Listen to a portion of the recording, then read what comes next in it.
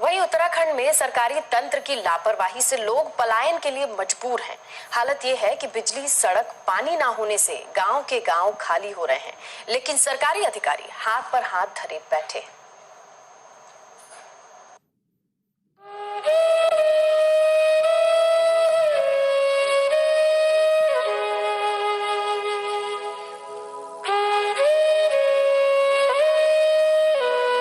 उत्तराखंड को बने हुए 17 सालों से ज्यादा हो गया, लेकिन यहाँ के हुक्मरानों ने पहाड़ के लोगों के लिए इन सालों में कुछ भी नहीं किया।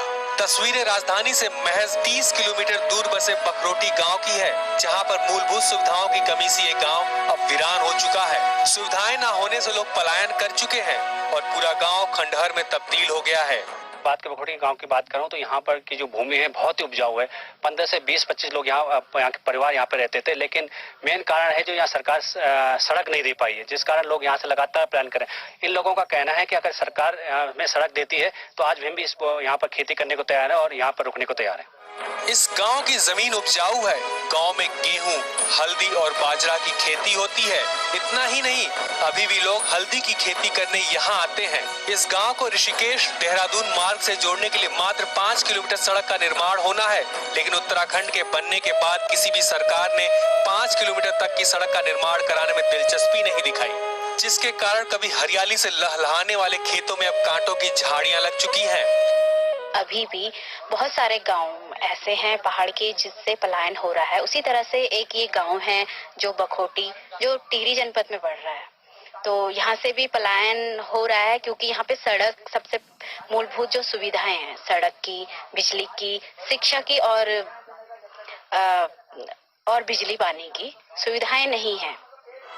जिस बखरोटी गांव में आजादी व उत्तराखंड बनने के बाद भी सड़क नहीं पहुंची, उसी गांव ने देश को एक आईएएस अधिकारी भी दिया। बखरोटी गांव के मयंक जोशी का परिवार इसी गांव का रहने वाला है। मयंक जोशी फिलहाल विदेश सचिव के पद पर देश की सेवा कर रहे हैं।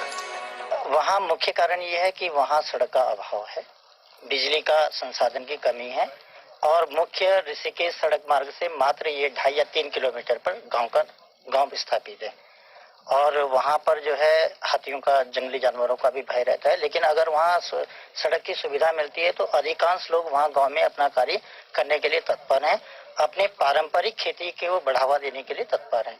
बखरोटी गांव से पलायन कर चुके ग्रामीण आज भी अपने गांव में आने को तैयार हैं, लेकिन उनकी शर्त है कि सरकार गांव में बिजली, पानी, सड़क की सुविधा दे।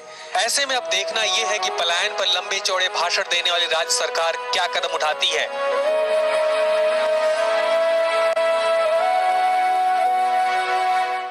भारत के राष्ट्रपिता महात्मा गांधी का कहना था कि भारत गांव में बसता है। टिहरी जनपद के एक ऐसे गांव की बात करेंगे जिसका नाम है बखरोटी। यहाँ के सभी लोग मूलभूत सुविधाओं के अभाव में गांव से पलायन कर चुके हैं और पूरा गांव खाली हो चुका है। उत्तराखंड को बने हुए 17 साल हो चुके हैं, लेकिन आज भी कई जगह ऐसी हैं जहाँ के लोग मूलभूत सुविधाओं के अभाव में गाँव से पलायन कर रहे हैं, जो कि सरकार के लिए सोचने का विषय है। ऋषिकेश से हिमांशु बडोनी, नेशनल वॉइस।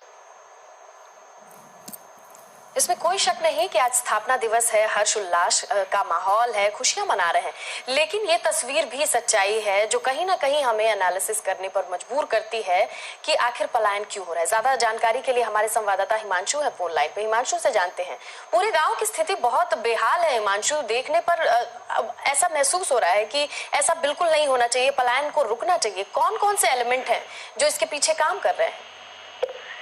स्नेहा, उत्तराखंड की अगर हम बात करें तो ये बखरोटी पहला गांव नहीं है जहां से पलायन हुआ है।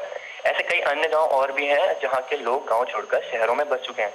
प्रदेश के लिए पलायन नासूर बनता जा रहा है और मूलभूत सुविधाओं के अभाव में पहाड़ खाली होते जा रहे हैं, लेकिन सीधे तौर पर कोई भी सरकार पलायन की ओर ध्यान देने के लिए तैयार नहीं है। नेता भी चुनाव लड़ने के लिए मैदानी क्षेत्र की तरफ रुख करते हैं। ऐसे राज्य का पलायन कैसे रुकेगा, ये सरकार के लिए एक चिंता का विषय बन गया है। जैसे मैं आपको बता दूं, राज्य के टिहरी जिले के बखरोटी गांव है, जो कि राजधानी से केवल 30 किलोमीटर की दूरी पर है। आजादी के 70 साल बाद भी इस जगह सड़क नहीं पहुंच पाई है। राज बनने के बाद लोगों में उम्मीद तो जगी थी कि अब उनके गांव में मूलभूत सुविधाएं पहुंच जाएंगी, लेकिन ऐसा नहीं हुआ। गांव के जो लोग पलायन कर चुके हैं वो अपने गाँव लौटने को तैयार तो हैं, लेकिन उनका साफ तौर पर कहना है कि राज बनने के 17 साल बाद भी गांव में सड़क नहीं पहुंच पाई है। और अगर सरकार इस जगह पर सभी मूलभूत सुविधाएं उन्हें देती है तो जाहिर तौर पर वे लोग अपने पैतृक गांव लौटेंगे। जी हिमांशु, बिल्कुल, बहुत बहुत धन्यवाद आपका। हम अपने प्रयासों के जरिए जरूर चाहेंगे कि यहाँ पे भी ध्यान जाए प्रशासन का, यहाँ पे भी निगाहें पड़े, ताकि इस कदर इतने खूबसूरत गांव वीरान होते हमारे सामने नजर ना आए, ये लोगों का पलायन रुक सके।